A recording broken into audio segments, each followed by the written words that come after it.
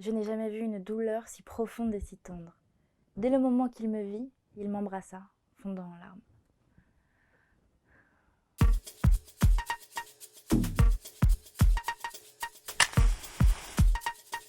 Bonjour, ici Jenna, actuellement présente pour vous raconter la fabuleuse histoire de La princesse de Clèves de Madame de Lafayette. Écrite et publiée en 1678 par Madame de Lafayette, elle a été publiée la première fois anonymement, parce qu'en 1678, les femmes ne savaient pas écrire. Haha. Non, plus sérieusement, à cette époque, oui, une femme n'avait pas le droit d'être une femme de lettres, ou alors ça devait être la femme d'un homme de lettres. Donc, elle a été obligée de le publier anonymement, mais évidemment, maintenant que les temps ont changé, on le sait tous. Et on est fiers d'elle, très fiers. L'histoire se déroule sous le règne d'Henri II. Lorsque Mamselle de Chartres arrive dans la cour, le prince de Clèves tombe directement amoureux. Mais en même temps, elle est belle, elle est jeune, elle a tout pour être aimée au premier regard. Donc immédiatement, il la demande en mariage, immédiatement, elle accepte, parce que bon, elle est belle, elle est jeune, tout ça, elle a que 16 ans, elle n'y connaît rien à l'amour, et elle se dit, ouais, le mariage, c'est cool. C'était la seule raison valable. Donc, tout se passait bien pour le couple, il était fou amoureux, elle l'aimait bien, elle le trouvait sympathique, quoi. Jusqu'au jour où elle rencontra le duc de Nemours lors d'un bal, et là, vous vous doutez de ce qui va se passer, elle est tombée folle amoureuse. Immédiatement, coup de foudre, il n'a même pas eu besoin de lui parler pour lui mettre des paillettes dans sa vie. Le dilemme était donc le suivant, est-ce que Mademoiselle de Chartres doit ou non en parler à son mari?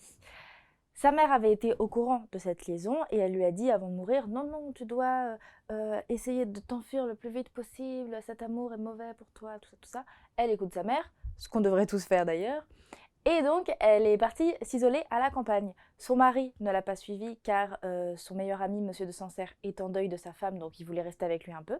Mais il l'a rejoint. Et au moment où il l'a rejoint, il lui a annoncé que la femme de son meilleur ami avait promis 2 hommes en mariage. Et le meilleur ami du prince de Clèves a appris ça à la mort de sa femme. C'est seulement à la mort de sa femme qu'il a remarqué qu'elle était aussi avec un autre mec en même temps. Donc à ce moment-là, la princesse de Clèves, elle panique. Le prince de Clèves, il lui dit, tu sais, si tu as un truc comme ça à me dire, je préfère le savoir maintenant que lorsque tu mourras. Nanana. Logique. Mais la princesse de Clèves ne lui dit rien car après quelques jours à la campagne, elle avait l'impression de ne plus aimer le duc de Nemours. Et ce, jusqu'à retourner à Paris. Là où elle a remarqué qu'en fait non, elle était encore très amoureuse de cet homme. Donc elle a demandé à son mari de retourner à la campagne. À peine indécise, à peine. Elle était donc obligée de vivre aux côtés des 2 hommes, jusqu'au jour où elle a trouvé une lettre dans la poche du duc de Nemours, une lettre d'amour, et elle lui a fait une crise de jalousie, mais comme on n'en a jamais vu. Le duc de Nemours lui a donc annoncé que c'était simplement le messager, donc il a pris la lettre de quelqu'un pour la donner à quelqu'un d'autre. Et là, elle s'est dit, mince, mais comment ça se fait que je réagis comme ça? C'est pas bien, normalement je ne suis pas jalouse, qu'est-ce qui se passe? Ce n'est même pas mon mari. Enfin, voilà quoi, elle panique. Et donc, elle est partie voir le prince de Clèves, elle lui a expliqué la situation, elle lui a dit qu'elle aimait quelqu'un d'autre et qu'il fallait absolument qu'il retourne à la campagne pour qu'elle puisse l'oublier. Il retourne à la campagne, mais le duc de Nemours les a suivis pour parler à la princesse. Et lorsque le prince de Clèves a appris qu'ils s'étaient revus, il est mort de chagrin. La princesse, elle a alors demandé au duc de Nemours de l'oublier et elle est morte quelque temps après dans les Pyrénées. Et c'est ainsi que s'achève la fabuleuse histoire de la princesse de Clèves de Madame de Lafayette. C'est un roman génial, du début à la fin. Mais Madame de Lafayette, elle écrit hyper bien. En fait, j'ai trouvé ça hyper noble de la part de la princesse de Clèves d'avouer à son mari qu'elle aimait, quelqu'un d'autre, alors qu'à cette époque, dans tous les romans, à chaque fois que la femme aimait quelqu'un d'autre, il la faisait passer pour quelqu'un d'horrible qui trompait son mari.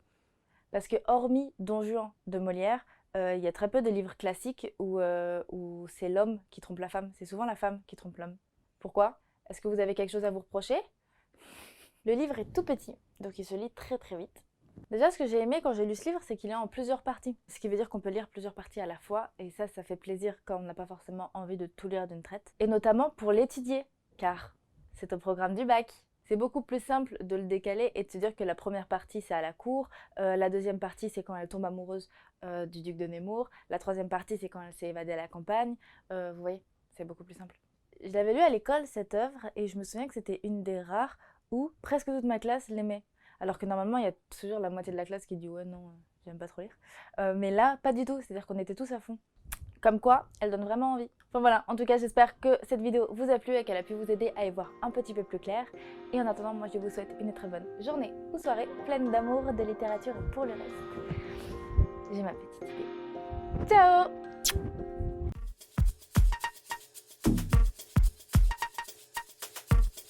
Madame de Clèves, sachant qu'elle était obligée d'y être, qu'elle y verrait Monsieur de Nemours, qu'elle ne pourrait cacher à son mari l'embarras que lui causait cette vue, connaissant aussi que la seule présence de ce prince le justifiait à ses yeux et détruisait toutes ses résolutions, prit le parti de feindre d'être malade.